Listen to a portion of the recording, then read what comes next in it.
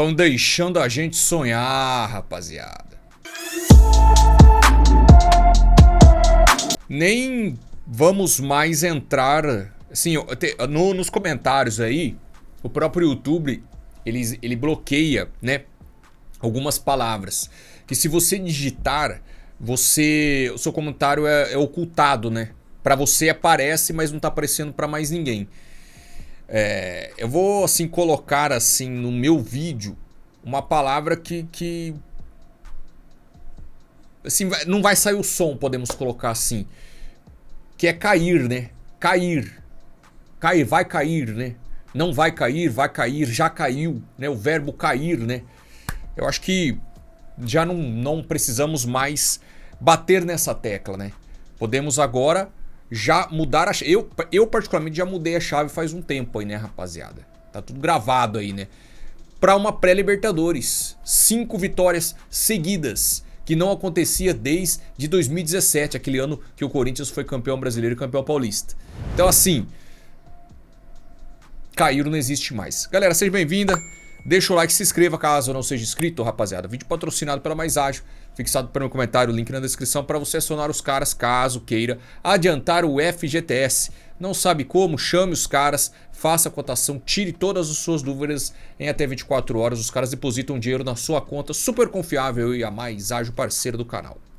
O Coringão foi a campo, rapaziada, no 4-4-2, com aquele famoso losango no meio campo. E uma surpresa foi o André Ramalho, né? Que até 15 minutos antes da escalação sair, era confirmado que estava fora do jogo, né? Não era nem dúvida. O André Ramalho já estava, né, confirmado como ausência na partida, por uma lesão na coxa. E para surpresa de muitos, ele foi titular e jogou o fino da bola. Ao lado de Gustavo Henrique, Mateuzinho e Bidu. O meio-campo, Ranieri, que fez uma ótima partida. E vamos falar sobre a escalação e substituições do Ramon ao longo do vídeo. O Bidon e o Carrilho, cada um de um lado, o Garro armando para Memphis e Yuri Alberto. Cara, um começo de jogo do Corinthians avassalador. O Corinthians começa avassalador muito por conta também do Cruzeiro que entrou. O Cruzeiro entrou dormindo. O Cruzeiro tentou sair jogando 1, 2, 3 vezes, errando, até que o Corinthians aproveita as chances que ali era dada. Aos 10 faz 1 a 0 com Memphis e aos 15 faz 2 a 0 com o Yuri Alberto. 2 saídas erradas do time do Fernando Diniz, né, rapaziada? O Diniz que tem essa de querer sair jogando, tal, não sei o que tem. O Cruzeiro, que era o time reserva, né? Era um time considerado reserva. O cara jogou Ramiro e Vital, velho. Pô, se nós não ganhasse hoje, rapaziada, né? O Cruzeiro aí focado pra a final da Copa Sul-Americana contra o Racing, né?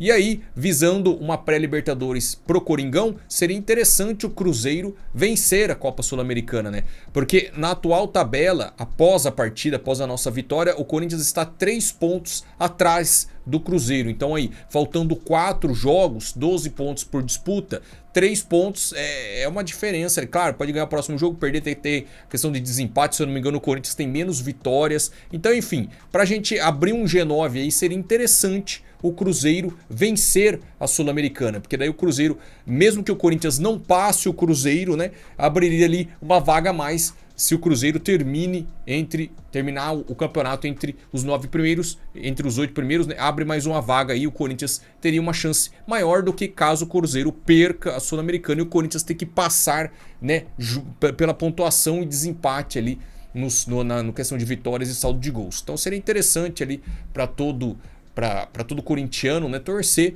ali pro Cruzeiro vencer. Pra mim também é indiferente, o Cruzeiro não tem nada contra o Cruzeiro, também nunca me fez mal. Eu lembro do Cruzeiro em 98, né, rapaziada? Quando o Corinthians foi campeão, ali, primeiro aquela foto ali, ó. Aquela foto ali, onde o Corinthians foi campeão brasileiro ali, que despertou ali o meu fanatismo pelo Coringão, né? Não tem nada contra o Cruzeiro também, o Cruzeiro ganhar, não ganhar. Mas seria interessante pensando pelo bem do Coringão, né? Falando da partida, voltando ao raciocínio da partida, rapaziada. O Corinthians fez 2 a 0 e criava-se uma situação de ser um jogo fácil pro Corinthians, um jogo contra um time que estava ali totalmente desentrosado, pensando, né, na final da Sul-Americana. Então tava um jogo totalmente tranquilo pro Corinthians, fez 2 a 0, continuava ali roubando a bola, mas só que o Corinthians colocou um ritmo muito acelerado desde o começo do jogo. O jogo 11 horas da manhã, um sol de rachar mamona, rapaziada. Então assim, com certeza chegaria um momento que o Corinthians ia sentir a questão do cansaço físico. Mas pelo que se desenhou no começo da partida, esse momento, por mais que viesse, né, por mais que viesse a aparecer, não ia dar dor de cabeça pro Corinthians, porque estava controlado. O terceiro gol era questão de tempo. Só que aí, rapaziada, eu não sei o que aconteceu, o Corinthians desliga a chave, cai o disjuntor do Corinthians e aí o Cruzeiro entra no jogo após a parada técnica, né, para tomar água, hidratação e tal. O Cruzeiro volta melhor, o Cruzeiro tava muito mal, o Cruzeiro volta melhor, o Corinthians fica mais assim retraído, né, e foi onde o Cruzeiro acaba fazendo o gol do jogo, o gol do Cruzeiro, um chute de fora da área, desviou no André Ramalho, encobriu o Hugo e o Cruzeiro ali diminuiu o placar. E a partir desse gol, rapaziada, até o fim da partida praticamente fica um jogo igual. Então aqueles 30 primeiros minutos até a parada para hidratação, o Corinthians estava dominando, sim, engolindo o Cruzeiro. Era questão de fazer 3, 4 ali facilmente. Mas após a parada, o Cruzeiro realmente entra na partida, o Cruzeiro consegue acertar as peças e faz um jogo competitivo com o Corinthians. Não o suficiente para conseguir o empate e muito menos a virada, mas o Corinthians não consegue mais também se impor. Fica um jogo de trocação, os goleiros pouco trabalham, podemos colocar assim. O Hugo eu não lembro de ter feito nenhuma defesa. Na segunda etapa, o goleiro dos caras, o Anderson, fez uma defesaça numa saída do Thales, né? Vamos falar um pouquinho também sobre as substituições, já que a gente já partiu pro segundo tempo, né? O Yuri Alberto, rapaziada, ele saiu machucado. Saiu machucado no intervalo e entra justamente o Thales, que teve essa chance que eu acabei de mencionar. E já vou passar pro final da partida, no último lance do jogo, ou um dos últimos, né? O Memphis toma o terceiro cartão amarelo. Então, o próximo jogo, domingo, contra o Vasco, que é adversário direto por essa vaga na pré-Libertadores. Na Neoquímica, nós não teremos Memphis e talvez Yuri Alberto. Porque o Yuri Alberto é um touro, né, velho? Ele se machuca hoje, ontem ele já tá recuperado, né? Vocês entenderam, né? O cara é um monstro sagrado, velho. O Yuri Alberto realmente é um tanque de guerra. Então, assim, vai ser reavaliado, tal, uma avaliação mais precisa ali para ver, mas podemos ter um ataque reserva num jogo tão importante contra o Vasco domingo, de repente Romero e Thales. Acredito que seja Romero e Thales, né? Não vai colocar o Pedro Raul que entrou no final do jogo ali por extrema necessidade, né? Mas de repente pode até ser que o Roberto consiga se recuperar e aí Thales e Yuri poderiam fazer o ataque do Corinthians, né? Mas aí fica esse parênteses, esse adendo aí.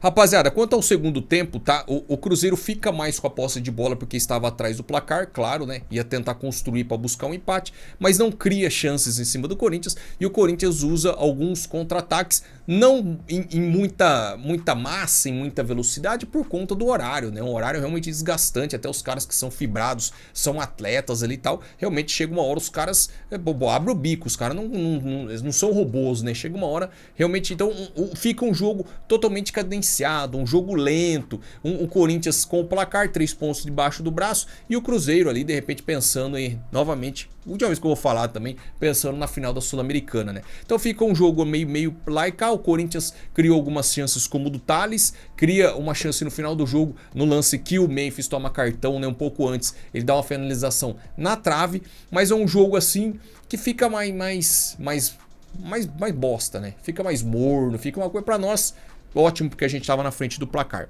Gostaria de falar, rapaziada, a respeito das substituições do Ramon Dias. Eu já fiz vídeo sobre o Ramon, tal, vou dar minha carimbada final da minha opinião se fica ou não após o Campeonato Brasileiro, né? Aqueles vídeos pra gente fazer uma retrospectiva e já fazer uma projeção para 2025. Mas assim, novamente eu não gostei das substituições do Ramon. Por quê? Vamos lá, o Yuri saiu por necessidade e entrou o Thales. Beleza, ok. Aos 13 minutos, ele tira o Bidon e o Raniel e coloca Coronado e Alex Santana. E eu não tiraria nem Bidon e nem Raniel. E já abro um parênteses, caso os atletas por cansaço, lesão, aí tudo bem. Mas não pareceu ser o caso, tá? O Raniel estava bem e principalmente porque o jogador que entrou no lugar dele, o Alex Santana, entrou muito mal. Não gosto de Alex Santana como primeiro volante. O Alex Santana como segundo volante até desenrola legal, até começou bem, depois se machucou e tal, então é um jogador ali que a gente precisa analisar melhor. Mas como primeiro volante, muito disperso, marcando longe e o Raniel estava bem. Então não gostei dessa substituição do Ramon, a não ser que o Raniel ali tenha sentido alguma coisa, mas eu iria com o Charles de primeiro volante. O Charles que entrou depois, mas eu colocaria o Charles de primeiro volante e não o Alex Santana. E a segunda substituição, o Coronado poderia até ter entrado e o Coronado até entrou bem. Mas a questão é quem sairia. eu não tiraria o Bidon, porque o Bidon estava bem. Eu tiraria o Carrillo, que eu não sei se é pela questão da temperatura e tal, não fez uma boa partida. O Bidon jogou muito mais que o Carrillo hoje.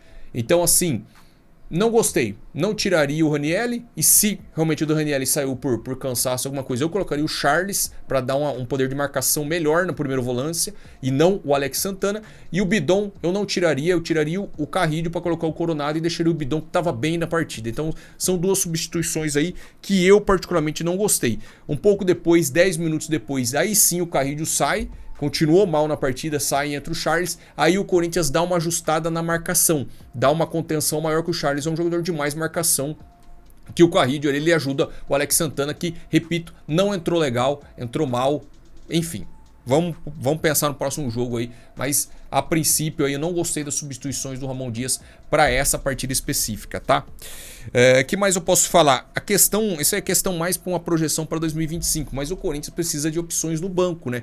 O Memphis claramente estava exausto, estava cansado, o Corinthians precisava de gás e não tinha. Tinha quem? Pedro Raul e Pedro Henrique, de repente. Eu nem sei se o Pedro Henrique estava no banco. O Pedro Raul estava que entrou. Então, ou seja, o Corinthians não tem opções. Ah, tem o Romero na seleção paraguaia. Não, para mim o Romero também não é jogador pro Corinthians, tá? Tô falando de jogadores que podem entrar e agregar. Para mim, ataque do Corinthians é Memphis, Yuri e Thales Magno. Não temos outros jogadores. O Giovani tá com o imbróglio do contrato, o Pedro Raul, o Pedro Henrique. E o Romero, para mim, são fracos, não merecem continuar no Corinthians, tá? Então o Corinthians precisa aí ligar o alerta nessa questão de buscar novos jogadores e principalmente jogadores de velocidade. Porque num momento como hoje, que o Corinthians precisava do contra-ataque, precisava de tanque cheio para substituir os jogadores que estavam cansados, o Corinthians não tinha, né? Porque o Yuri saiu machucado, o Thales já tinha entrado e não tinha uma substituição pro Memphis. Vamos ver o próximo jogo, né? Que tem a volta do Romero, que vai ser útil aí nessa reta final, mas não é jogador para ficar no Corinthians em 2025, tá?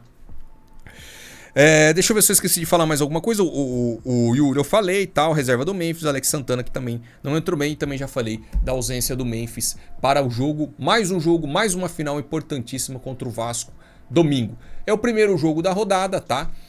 Então teremos aí muitas partidas para a gente acompanhar aí e torcer contra os times que vão ali brigar conosco pela pré-Libertadores, né? Lembrando, torcer pro Cruzeiro ganhar a Sul-Americana, o Botafogo ganhar a Libertadores. E detalhe curioso, né? A gente tem que torcer pro Bahia perder. E o adversário do Bahia logo mais é o Palmeiras.